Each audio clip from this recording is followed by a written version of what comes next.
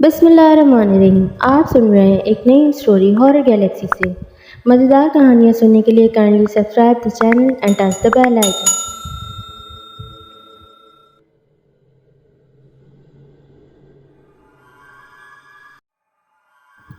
पिछले तमाम एपिसोड का लिंक डिस्क्रिप्शन में मौजूद है।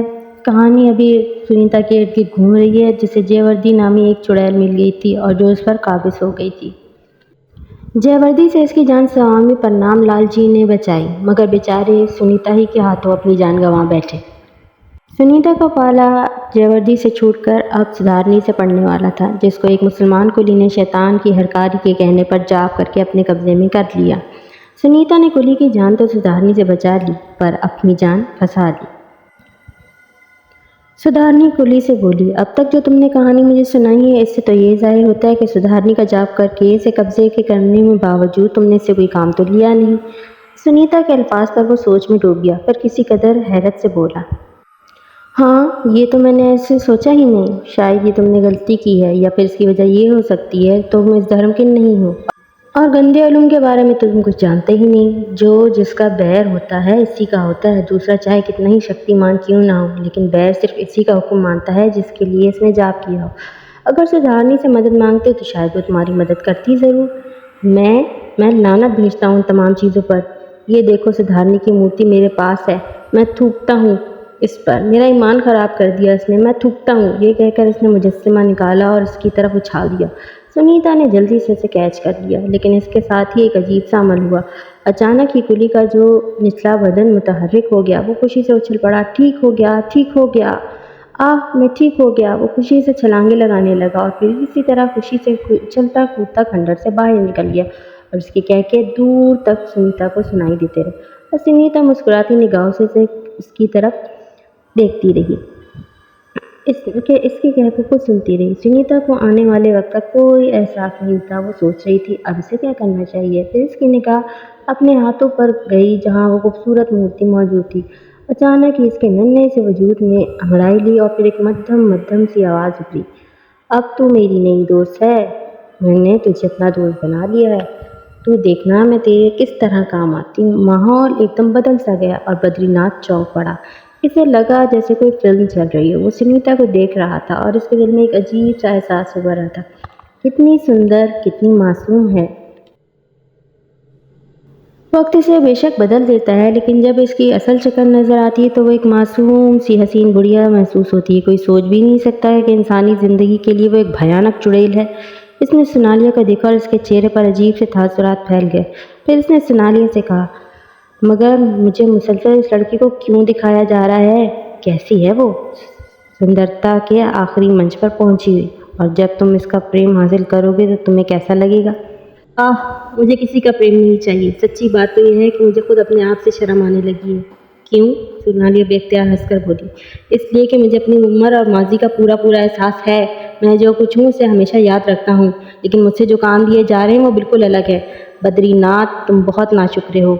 2 मंदिरी में तुम एक बूढ़े और कब्र में पाँव लटकाए हुए शख्स की हैसियत से पहुंचे थे। महासावली ने तुम्हें नया जीवन दिया, नई जवानी दी, नई सोच, नई दुनिया, नया संसार। ये सब कुछ मिल जाने के बावजूद इससे जीवन की और किस चीज़ की ज़रूरत रहती है? माँ सावली तुम पर मेहरबान है, इसने तुम्हें अपने अहम काम के लिए मखसूस किया है। तुम इन बातों को सोचते हो। मैं तुम्हें बता दूं, ये माँ सावली की नई मांग है। तुम इस लड़की के करीब जाना है। इतनी तफसील के बारे में इसलिए बताया गया है, तुम इसे अच्छी तरह समझ लो। ये एक हसीन नागन है, तुम्हारे पास होगी, तुम्हारा मन चाहेगा इसकी गोद में जीवन बिता दिया जाए, लेकिन जब तुम इसके लंबे और नुकीले दांत तुम्हारी गर्दन की रगों तक पहुंचेंगे, तब तुम सोचोगे एक हसीन चेहरे के पीछे कितनी खौफनाक चीज़ छुपी है। तुम मुझे ऐसे डरा भी रही हो सोनालिया? ये भी कह रही हो मुझे महासावली के लिए इससे दोस्ती करना होगी? सिर्फ दोस्ती ही नहीं, तुम इसे अपने साथ 2 मंदिर लेकर जाओगे, वहाँ महासावली का आशीर्वाद हासिल करोगी और वहाँ अपने हाथों से इसे इनकी भीड़ चढ़ाओगे। बद्रीनाथ का दिल खून हो गया। इससे पहले क्या कम हुआ था? वो लड़की जो लाखों में एक थी, जिसे देखकर जीने को दिल चाहा था, इसे किस तरह शैतान की भीड़ चढ़ा दिया गया, बद्रीनाथ का दिल ही जानता था। कभी कभी तो वो खुद सोचने लगा, इसने 2 मंदिरी जाकर बड़ी बेवकूफ़ी की। भाड़ में जाता जीवन, रह ही कितना गया था। ठीक है, इंसान की तकदीर में जो कुछ लिखा होता है इससे समझौता करना चाहिए, शैतान तो होता ही इंसान को बहकाने के लिए है। 2 दिन की ज़िंदगी की ख्वाहिश इससे कैसे कैसे गुनाह करवाती है। सोचने वाली बात है, मगर अब क्या करता। अब तो वो गर्दन गर्दन दलदल में फंस चुका था। इस दलदल से निकलना अब इसकी बस की बात नहीं थी। शैतान की गिरफ्त मामूली तो नहीं होती ना। सोनालिया एकदम बोल पड़ी। किस सोच में पड़े हो मियाँ? बस सोनालिया, मैं सोच रहा हूँ इस खूबसूरत लड़की को किस तरह अपने जाल में फांसूं। मगर मुझे एक बात का जवाब दो। अब तक जो दास्तान मेरे सामने आई है, इसी तरह जैसे मैं कोई फिल्म देख रहा हूँ। इस लड़की के मासूम होने के बावजूद उसने बड़ी बड़ी वहशतखेजियाँ की हैं। कैसे कैसे को मौत के घाट उतारा है, किस किस तरह से इंसानी खून पिया है। फिर तो वो माँ सावली की हरकारा ही हुई ना, क्योंकि माँ सावली भी तो यही चाहते हैं। चाँद की 14 तारीख को जब मैं एक दरिंदा बनकर इंसानों को चीर फाड़ता हूँ, मेरी चीर फाड़ किसी भी शक्ल में इस लड़की की चीर फाड़ से कम तो नहीं है। मैं भी तो इंसानों को चट कर जाता हूँ, सिर्फ माँ सावली के हुक्म से। ये माँ सावली की हिदायत है कि चाँद की 14 तारीख को एक खूंखार दरिंदा बन जाता हूँ। वो औरत भी ऐसी ही है जो चाँद की 14 तारीख को मुतासिर होकर माँ सावली की पैरोकार नहीं है। मगर तुम जानते हो कि आने वाले समय में क्या होने वाला है। मतलब इससे एक बड़े धर्मात्मा ने ताक लिया है, वो उसकी ताक में है और इसे अच्छी लड़की बनाना चाहता है। जब वो अच्छी लड़की बन जाएगी तो वो संसार में इंसानों के लिए बहुत अच्छे और नेक काम करेगी। और यही बात माँ सावली की मर्जी के खिलाफ है। चुनांचे वो वक्त से पहले ही इसे अपने चरणों में ले आना चाहते हैं। ओह, ये बात है। पर एक बात बताओ सोनालिया, मैंने माँ सावली की सारी बातें मान ली। इनके हुक्म में मैंने सारा फैजी को इनकी चरणों के बीच चढ़ा दिया, इनके हुक्म से। मगर इन तमाम बातों से मुझे क्या फ़ायदा। मेरा दिल एक इंसान का दिल है और किसी के लिए भी धड़क सकता है। अब इस लड़की सुनीता के इस तमाजी के साथ देखकर अपने मन में इसकी पास प्यास को पाने लगा हूँ। अगर मुझे मिली तो मेरे मन में इसका प्यार जाग उठेगा। जानते हो इसका नतीजा क्या होगा? मौत ना। ऐसी बातें मत कहो, माँ सावली मौत नहीं दे सकती। बद्रीनाथ बोला, हाँ हाँ, लेकिन कमबख्त जीवन तुम्हें इतना दर्दनाक बना देता है कि अपना माजी भूल जाओ। मुझे तुम्हारे अंदर बगावत की बू आ रही है बद्रीनाथ। नहीं सोनालिया, मैं बागी कैसा हो सकता हूँ? मैं माँ सावली के हुक्म के खिलाफ कैसे जा सकता हूँ? अगर ऐसा करने की कोशिश भी करूँगा तो माँ सावली मुझे कहाँ छोड़ेंगे। ऐसी ही बात है, सोनालिया ने कहा। बद्रीनाथ काफ़ी निढाल हो गया। सुनीता एक अदा से दिल लुभा रही थी और वो सोच रहा था कि ऐसी सुंदर मासूम लड़की जैसे शैतान ने अपनी मुट्ठी में ले रखा है, इसके पास आएगी तो किसे कैसा लगेगा।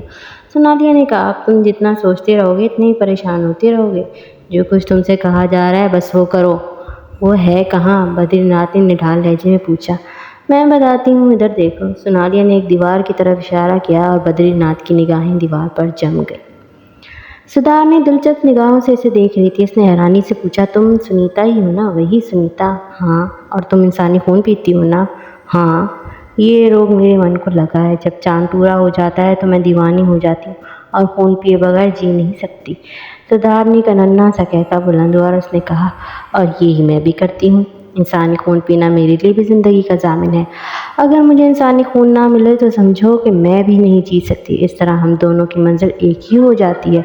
मुझे तो यूँ लगता है जैसे मेरा और तुम्हारा मिलाप बड़ा करामत होगा। अच्छा ये बताओ कि आगे जीवन के बारे में तुम्हारा क्या इरादा है? सिंधारनी, मैंने संसार बहुत कम देखा है। तुम शायद इस बात पर यकीन ना करो कि मुझे जीना नहीं आता। मैं नहीं जानती कि संसार क्या है, लोग कैसे जीवन बिताते हैं। सत्य प्रकाश ने मुझे कोई प्रेम नहीं किया। मेरे मन में ये ख्वाहिश उभरी कि मैं किसी को पसंद करूं और कोई मुझे भी, लेकिन वो हर लालच से पाक हो। मेरे सिवा संसार में और किसी को ना चाहे। बस ये ख्याल मेरे मन में आता है कि ऐसा कोई प्रेमी मिल गया तो शायद जीवन में कोई रंग आ जाए, वरना बेरंग ही जिंदगी बिता दूंगी। सिंधारनी हंसने लगी, फिर बोली, संसार के बारे में इतना मैं भी नहीं जानती कि दौलत जीने में बड़ा सहारा देती है और एक दौलतमंद औरत हो या मर्द दुनिया की आंखों का तारा होता है। अगर दौलत ना हो तो इंसान सड़कों पर एड़ियां रगड़ रगड़ कर मर जाता है।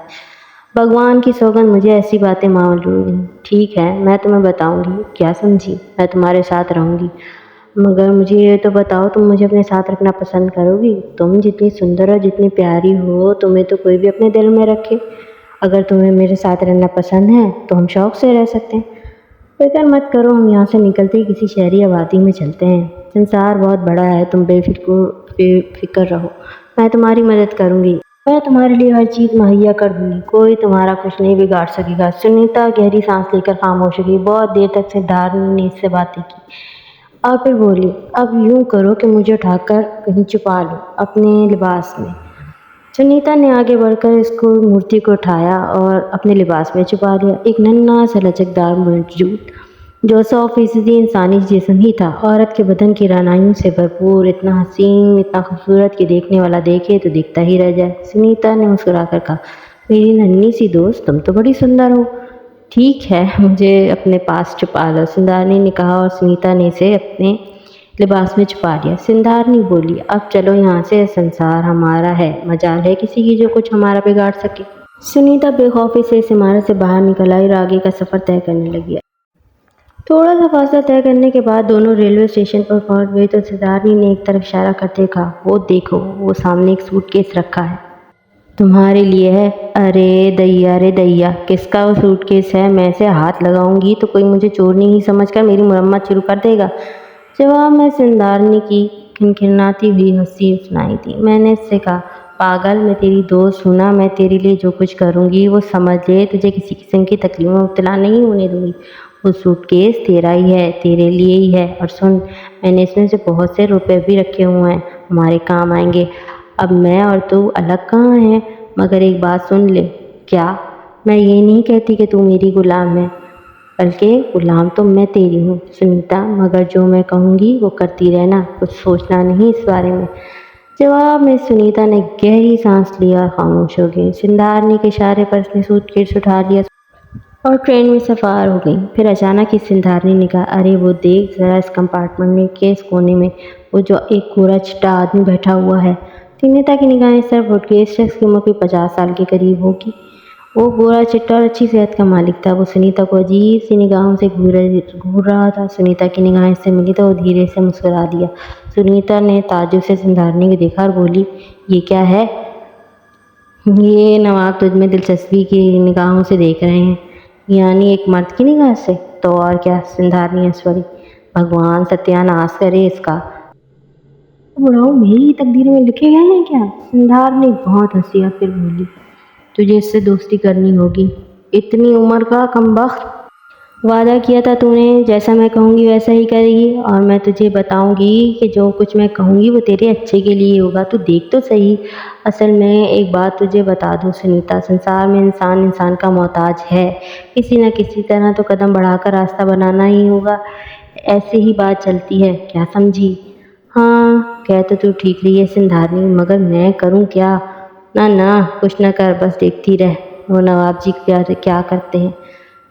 सुनीता खामोश हो गई। अब सिंधारनी की बातों से उसे दिलचस्पी महसूस हो रही थी। फिर थोड़ी देर के बाद नवाब जी अपनी जगह से उठे और वॉशरूम की तरफ जाने लगे। हालांकि वॉशरूम दूसरी तरफ भी था, लेकिन उन्होंने इधर से ही गुजरना मुनासिब समझा और चंद लम्हात के बाद वो सुनीता के पास पहुंचे और जानबूझकर नीचे रखे हुए सुनीता के अटैची केस को ठोकर मारकर फिर जल्दी से माजरत करके बोले, सॉरी सॉरी जी। अटैची केस को संभाल कर रखने लगे। इसके बाद वो सुनीता से बोली, माफ़ कीजिएगा देवी जी, गलती से ठोकर लग गई, मैंने जानबूझकर ठोकर नहीं मारी थी। सुनीता जवाब देने के लिए तैयार थी। कहने लगी, अरे अरे, इसमें माफ़ी मांगने की क्या बात है? आप तो बिला वजह मुझे शर्मिंदा करें। आप महान हैं देवी जी, वरना लोग तो ज़रा ज़रा सी बात पर मरने मारने पर तुल जाते हैं। मैं भला आपसे कैसे लड़ सकती हूँ? अरे वो क्यों, आप तो शायद इधर जा रहे थे किसी काम से। हाँ, बस बैठे बैठे मन उकता गया था, सोचा ज़रा बाहर जाकर दरवाजे पर खड़ा होऊंगा। तो बैठ जाएं, जब मन उकता जाता है तो मन किसी से बात कर लेनी चाहिए, मैं भी तो अकेली ही हूँ। बुढ़ा नवाब को और क्या चाहिए था, खुशी से दांत निकालकर एकदम बैठ गया। जगह काफ़ी थी, मुसाफिर कम थे डब्बे में, बड़े लोगों की जगह थी। चनाचे चंद बड़े लोग इसमें मौजूद थे। नवाब जी बैठते हुए बोले, बड़ी खुश अखलाक मालूम होती हैं आप। आम तौर से लड़कियां ये समझती हैं कि मर्दों से बात नहीं करनी चाहिए।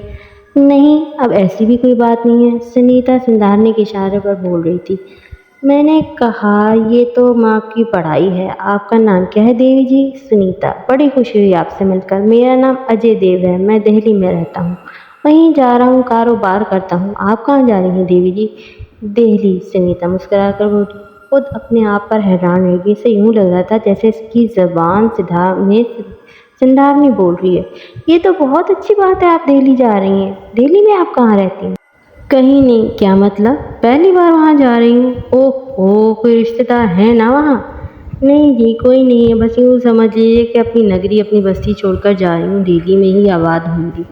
चलिए, ये तो बहुत अच्छी बात है। देखिए तकदीर किस चीज़ से मिलाती है। मैं दिल्ली में ही रहता हूँ और अपना कारोबार करता हूँ। अगर आप वहाँ रहना चाहती हैं तो मुझसे ज़्यादा आपकी मदद और कोई नहीं कर सकता। क्यों अजय देव जी? सुनीता ने पूछा। बस अगर आप चाहें तो मेरी मदद ले सकती हैं। वैसे आप वहाँ कहाँ ठहरेंगी? किसी होटल में? अच्छा, ठीक है, होटल का इंतखाब भी मैं ही कर दूँगा, आप बिल्कुल बेफ़िक्र हैं। वैसे आपके माता या कोई और? नहीं, बस क्या बताऊँ अजय देव जी, आप बस मुझे माफ़ी कर दीजिए। यूँ समझ लीजिए कि तकदीर ने बड़ी जल्दी की ही बेसहारा कर दिया। अब सहारों की तलाश में हूँ। माता पिता ने अच्छी खासी दौलत छोड़ी है, रुपए पैसे का कोई मसला नहीं है मुझे मेरे लिए, लेकिन बस ये समझ लें कि संसार में सहारा देने वाला कोई नहीं है।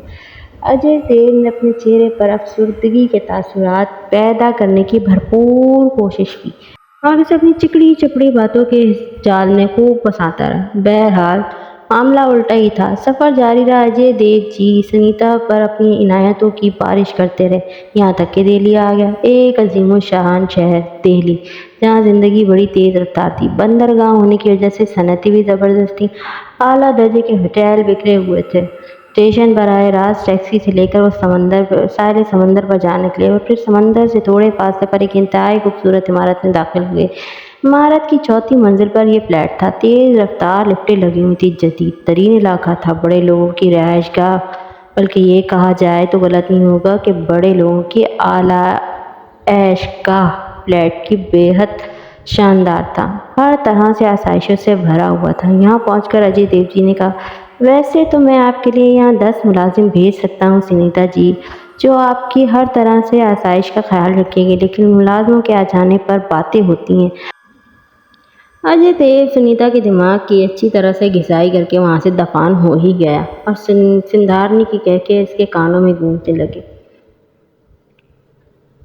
फिर सिंधारनी जाहिर हो गई, नन्ही सी हसीन मूर्ति, लेकिन इसके अंदर जो क़ुव्वत पोशीदा थी वो बेमिसाल थी। इसने कहा, सुनीता, सचमुच तुम्हें तन्हाई महसूस होगी, मैं तुम्हारी तन्हाई दूर किए देती हूँ। ये कहकर सिंधारनी ने अपना कद बढ़ाना शुरू किया और थोड़ी सी देर के बाद सुनीता के सामने जो हसीन शक्ल आई वो देखने के काबिल थी। सिंधारनी एक खूबसूरत साड़ी बांधी हुई थी। इसका रंग चंपा के फूल की मानिंद था और इसके चेहरे के नक्श इतने हसीन थे कि जो एक बार देख ले तो ज़िंदगी भर इसके लिए तड़पता रह जाए। सुनीता इसे देखती रह गई। फिर इसने कहा, नन्ही सी सूरत, मूरत की शक्ल में तो तुम ठीक से दिखाई भी नहीं देती थी और महसूस भी नहीं होती थी। तुम तो बड़ी सुंदर हो सिंधारनी। ये सुंदरता ही तो मेरे लिए वबाले जान बन गई है। एक बात पूछूं? हाँ। तुम्हें जो शक्ति हासिल हुई है, तुमने अपने रंग रूप और हुस्न के बाद अपनी शक्ति के ज़रिए सारे संसार को अपने चरणों में ला सकती हो। हाँ, सिंधारनी ने कहा, लेकिन इसके चेहरे पर उदासी फैल गई। लेकिन ऐसा नहीं हो सकता। क्यों? बस जो तिलिस्म मुझ पर तारी होता है, इसके तहत मैं अपने तौर पर संसार में कुछ नहीं कर सकती। हाँ, दूसरों को इतनी शक्ति ज़रूर दे सकती हूँ कि जो मन चाहें करें। सिंधारनी, वैसे तुम्हारे मन में और भी कोई बात है क्या? हाँ, संसार में लोग देवी देवताओं के चक्कर में ही फंसे रहते हैं। कभी कोई किसी के बैर को कब्जे में कर लेता है और कभी कोई किसी के बैर को, मगर ऐसी कोई सिंधारनी किसी के कब्जे में नहीं आती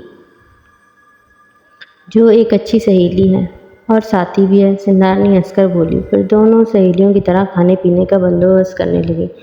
सिंधारनी हंस दी। उसने कहा, अपने अजय देव जी नाजिल होने वाले हैं, वैसे उन्होंने यहाँ सारे बंदोबस्त कर रखे हैं।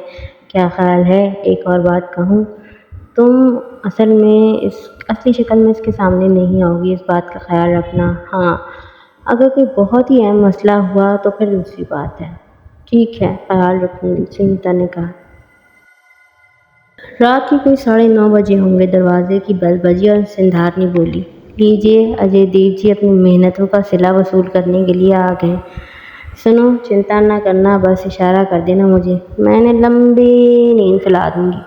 ये मेरे लिए कोई बड़ी बात नहीं। सुनीता हंसने लगी। फिर सिद्धार्थनी को वहीं छोड़कर दरवाज़ा खोलने के लिए चली गई। जब इसने दरवाज़ा खोला तो इसने अजय देव जी को नहीं पाया, बल्कि इनकी जगह एक खूबसूरत सा भोला भाला सा लड़का खड़ा था, जो सुनीता को देखकर शशदा रह गया। सुनीता भी इसे देखकर हैरत से बोली, जी फरमाइए।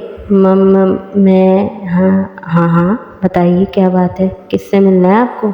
वो मुझे अंदर जाना है। जी वो असल में मेरा पर्स अंदर रह गया है, इसमें पैसों के अलावा और भी सामान मौजूद है। आपका पर्स अंदर रह गया है? मगर आप कौन हैं? नौजवान के अंदाज में कदरे चिल्लाहट थी। आप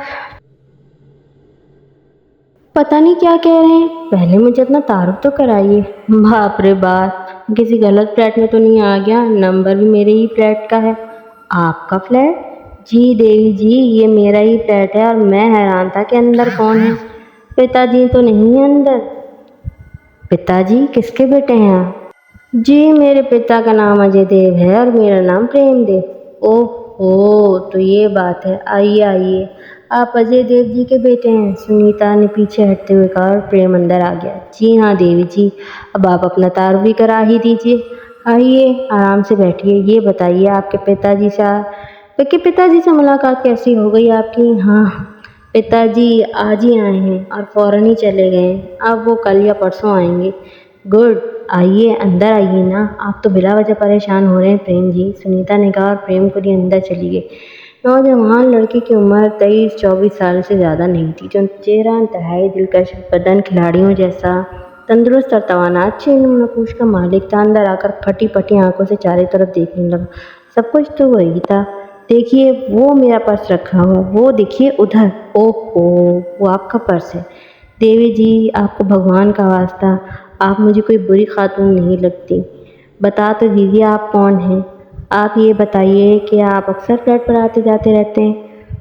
बाबा मेरे पिताजी का फ्लैट है। पिताजी से आपकी मुलाकात कैसे हुई? आपके पिताजी से मेरी मुलाकात ट्रेन में हुई। उन्होंने पेशकश की कि आप मेरे फ्लैट में थोड़ा वक्त गुजारना चाहें तो गुजार लें, क्योंकि मेरा यहाँ दिल्ली में कोई ठिकाना नहीं है। इसलिए मैंने उनकी पेशकश कबूल कर ली। अपना ठिकाना तलाश करूँगी तो यहाँ से चली जाऊँगी। ओहो सुनीता देवी, मैंने संसार बहुत ज़्यादा नहीं देखा, लेकिन जितना भी देखा है इससे थोड़ा बहुत अंदाज़ा ज़रूर है कि बुरे लोग कैसे होते हैं और अच्छे लोग कैसे। भगवान की सौगंध, ना जाने क्यों मुझे आप चेहरे से बुरी नहीं लगती। मेरी किसी बात का बुरा ना मानिएगा, जो वो बात मन में है कह ही दे रहा हूँ। आपके अलावा कोई और होती तो मैं खामोशी से यहाँ चला जाता। प्रेम जी जो कहना है साफ साफ कह दीजिए, इतनी पहेलियाँ ना बुझवाइए। मेरे पिताजी, अफसोस से कहना पड़ा है, अय्याश फितरत के मालिक हैं। मिजाज में आवारगी हमेशा से है। माता जी की और इनकी कभी नहीं बनी। इन्हें ना जाने क्या चाहिए और उन्हें ना जाने क्या क्या चक्कर चला रखे हैं। बस इनकी तबीयत ऐसी ही है। इनका बेटा होने की हैसियत से मुझे ये बात कहनी तो नहीं चाहिए, लेकिन ना जाने क्यों आपको देखकर दिल चाहता है कि आपको इस बात से आगाह कर दूं। अगर कोई बात उल्टी सीधी हो गई तो मैं जिम्मेवार नहीं हूँ और ना मैं किसी चक्कर में फंसना चाहूँगा और ना आपको फंसने देना चाहता हूँ। तो बेहतर यही है कि आप यहाँ से चली जाइएगा और माफ़ कीजिएगा। और अब अगर आप यहाँ अपनी मर्ज़ी से रुकना चाहती हैं तो मैं आपको नहीं रोकूँगा। प्रेम उसे कान खोलकर जा चुका तो सुनीता बोझल कदमों के साथ आगे बढ़ी और कमरे तक पहुंच गई। सिद्धार्थ ने अपनी मुकम्मल कदमों का आमद के साथ सोफे पर बैठी हंसते हंसते लोटपोट हो रही थी। सिद्धार्थनी ने उससे थोड़ा बहुत हंसी मजाक किया और उसे सोने का कहने लगी। सुनीता की अचानक आँख खुली तो अजय देव को आकर हैरान रह गई। आप इतनी सुबह? और दरवाज़ा तो मैंने लॉक कर दिया था। अजय देव जी हंसने लगे और फिर बोले, इस दरवाजे की वाहिद चाबी मेरे पास है। ये चाबी असल में ऐसी जगह है कि अगर दरवाज़ा अंदर से बंद ही हो तो मैं खोल सकता हूँ, और मैं खोल कर अंदर आ गया। आप घबराओ नहीं सुनीता, मैं तुम्हारा दोस्त हूँ, दुश्मन नहीं। अगर चाहो तो वॉशरूम में हो आओ, मैं इंतज़ार कर रहा हूँ। अजय देव जी वहाँ से उठे और सोफे पर जाकर विराजमान हो गए। इससे ज़्यादा कमीनगी की और कोई बात हो सकती थी कि एक सोती हुई लड़की के पास आकर बैठ जाएं। अपनी हरकतों का इजहार करते हुए उससे शदीद गुस्सा आया था। गुसल खाने में हाथ मुंह धोते हुए वो गुस्से से लाल पीली हो रही थी। शीशे में से सिंधारनी नजर आई जो उसके कंधे पर खड़ी हुई थी और हंस हंस के पागल हो रही थी। सुनीता ने कहा, तुम मौजूद हो? तुमने देखा इस पापी मनहूस को? जब सुनीता कमरे में वापस आई तो वो ढीठ वहीं का वहीं जमा बैठा था और आगे से बोला, आइए सुनीता देवी, मैं आपके लिए नाश्ता बना दूँ। मेरा मतलब है मैं आपके लिए नाश्ता बनाकर चाय तैयार कर देता हूँ। नहीं अजय देव जी, मैं अपना काम खुद करती हूँ, सुनीता बोली। जैसे तुम्हारी मर्जी, तुम्हारा घर है भाई, जो मन चाहे करो। नाश्ता खामोशी से किया गया। इसके बाद अजय देव जी बोले, आज के पूरा दिन का प्रोग्राम बना चुका हूँ। जैसे कि मैंने तुम्हें में बताया था कि तुमने पूरी तरह से दिल्ली नहीं देखा। ये बड़ा खूबसूरत शहर है, ना सिर्फ समंदर है बल्कि इसके आसपास बहुत सी चीज़ें हैं। पास पर दिल्ली की एक चीज़ बड़ी मशहूर है, झील किनारे सब्जा है, एक झरना भी गिरता है, बल्कि झरने से झील बनी है। थोड़ी देर बाद हम यहाँ से चले जाएंगे और मैं तुम्हें वो इलाका भी दिखाऊंगा, वहाँ मेरा एक हट बना हुआ है। सुनीता ने कोई जवाब ना दिया, वो खासी मुतमईन हो गई थी। असल में सुनीता जी, मैं घर से ये कहकर निकला था कि मैं आउट ऑफ स्टेशन जा रहा हूँ। आपसे मिलना था, कल का कहकर आया था, अब कल ही वापस जाऊँगा। अगर आपको एतराज़ ना हो तो मैं आज की रात यहीं रुक दूँ। सुनीता एक लम्हे के लिए घबराई तो सिंधारनी ने उसके कान में कहा, रुक जाने दे सुनीता, चिंता क्यों करती है? सुनीता ने कहा, अजय देव जी आपका घर है, भला मुझसे ये बात कहने की क्या ज़रूरत है? बहुत बहुत शुक्रिया सुनीता देवी जी। फिर अजय देव जी फैलने लगे और उन्हें अलमारी में से कुछ बर्तन निकाले और सुनीता से बोले, लोग इसे बुरी चीज़ कहते हैं, मगर थोड़ा सा हलक में उतार लो तो इसके बाद जीवन के मज़े लो।